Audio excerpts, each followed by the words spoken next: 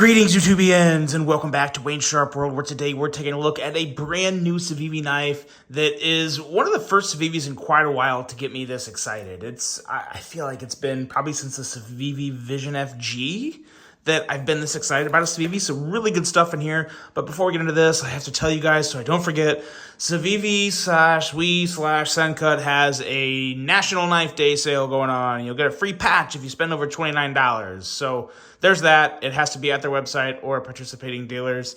So yeah, take that for what it's worth. I don't think patches are anything to get excited about. I'm also in a bit of a grinchy mood right now. So whatever, I said it, there it is. Now let's talk about what is really good, and that is this right here, the CIVIVI Tacticarix. Now, before I go any further into this review, I want to thank you guys for tuning in today. If you like what you see, please do me a huge favor, hit that subscribe button, follow along, and I will continue to bring you the content. Now, let's take a look at some overall specs on this big, it's kind of hard to pronounce knife right here. I think it was the Tacticarix. That's what I'm going with, so tell me if I'm wrong. But we are looking at an overall length of 8.86 inches with a blade length of 3.7 inches and a blade thickness at 120 thousandths. Blade material on this guy is Nitro V with a very good looking clip point style blade, a wickedly thin hollow grind, and a handle length coming in at 5.16 inches. Handle thickness on this guy is 470 thousandths with some G10 on this version. There are, I believe, 4 versions total, and I don't have all the versions memorized, but they are all linked below for you to check out. Go liner lock for the locking mechanism on this, and I can tell you right now, it works just fine. A user of a right or left hand tip up carry, a weight coming in at 4.58 ounces. This is an in-house CIVIVI design and a whopping reasonable, awesome price of $66.90. It's been a while. I mean, it's been a minute since CIVIVI made a knife that is big and really good. And this is clearly big, and I'm here to tell you it is really good. I have one little gripe that we'll talk about when we get to the blade. But first, let's take a look at some size comparisons here. And I'm going to bring out my other two of my other favorite big CIVIVIs. We have the CIVIVI Praxis, and as you can see, it kind of dwarfs the Praxis, and the Conspirator, and I have a feeling it's going to be considerably bigger than this Conspirator now too. So there you go for your size comparisons. The other bigger CIVIVI that I would probably put up here if I had it by me was the CIVIVI Sentinel Strike. That's also another very good big CIVIVI knife. But this is an XL. This is not just a large. This is an XL. This is a big honking knife, and big in all the best ways. They did just about everything right on this. The blade is so slicey, so good. I love CIVIVI's hollow grinds. When it comes to hollow grinds, CIVIVI is as good as it gets. You could argue they're the best. I would argue there's a couple more that are right up there with them, but they're clearly, easily one of the best. And I don't know if you can get better than them. You can maybe get as good, but I don't think you can get better. Nice, deep hollow grind, 14 thousandths behind the edge. Just a really nice big blade, guys. This is a knife type of blade. Love that clip point. Love the swedge. It has all the visual aesthetics that I love. The only thing that would make this a little better for me personally is if we had stonewashed flats. Like stonewashed flats and satin grind, or vice versa. It could be good with the stonewashed grind as well. But either way, we're kind of nitpicking now because we are, again, talking about a $66.90 knife.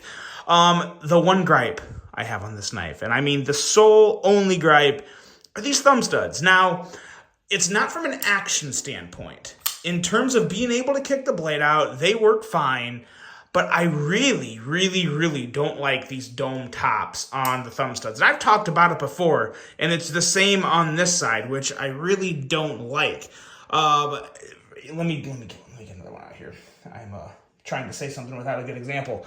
So even this one here is a really good example. This is a new Kaiser model, one of the new Kaiser Assassins. See how there's stair-stepping and a flat top up here? So it's just a lot easier to without thinking, kick the blade out with these thumb studs. With the thumb studs on the Tacticarix, since they're domed, if you're not careful, you can slide here. You can slide. You have to think about it, put your thumb in, and kick the blade out. Now, again, I'm kind of torn. I don't even really feel like this is a nitpicky argument because it's very, very reasonable to think that someone could easily slide on these thumb studs because they are completely domed. It's not flat up there. It's hard to show on the camera because as I get in closer, my ridiculously expensive iPhone doesn't focus on it, so that kind of pisses me off too. But you can tell probably by the way the light's shining on it that this is domed. And it, like I said, it just adds that little bit of slippery element to the top. Only to the top, though. You get really fully behind the thumb studs if you really put your thumb down, kind of to where the area here is pushing into the crease between your actual thumb meat and your nail. It's easy. I mean, it's literally as easy as can be. But I don't like having to make sure I'm doing that. I want to be able to just pick it up and pop it out, like just that easily. So, you know, I don't know. It bugs me. It bugs me. But even if you don't love these thumb studs, there is a flipper that is quite good that we'll talk more about when we get to the action on this guy because we're still more transitioning from that blade to the handle portion of the review. And as you can see here, it's also a pretty good, darn good sharpening choil here too. Nice sharpening choil and plunge grind, I meant to say. But yeah, pretty nice job there. In terms of just handle and comfort, I mean, this is an excellent combination of handle thickness and handle width, especially for this big of a knife. If they'd have made this handle much thicker, it could have felt blocky. It could have felt uncomfortable. But at 470 thousandths and that nice width there, we're looking at, I don't have the exact specs on the width, but I would say this is flirting with right around an inch here, maybe 1.1, 1.2 inches, maybe right here at the most. But nonetheless, very, very comfortable in hand. Nice deep carry clip, nice deep carry pocket clip. Some just fine milling. I don't really have any issue with the milling. Every once in a while, CIVIVI does something a little crazy with the milling that kind of, just doesn't sit well with me. But this just looks good. It's very well put together. For aesthetically and from a quality standpoint, of course.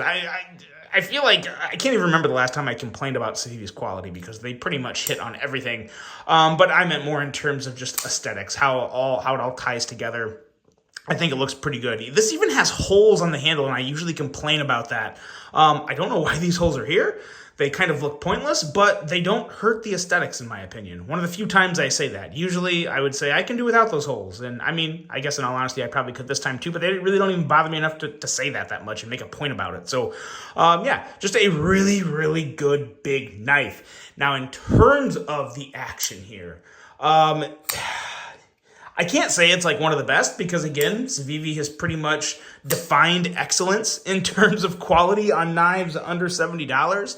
So that's what this is. It is typical CIVIVI smooth, aided by a big blade. I will say the bigger blade definitely helps the smoothness there, but the overall detent and how well the detent works with that big blade is a lot harder to nail. There's a lot of companies that mess it up all the time. And CIVIVI doesn't always nail it when it comes to that, but boy, oh boy, did they nail it with this.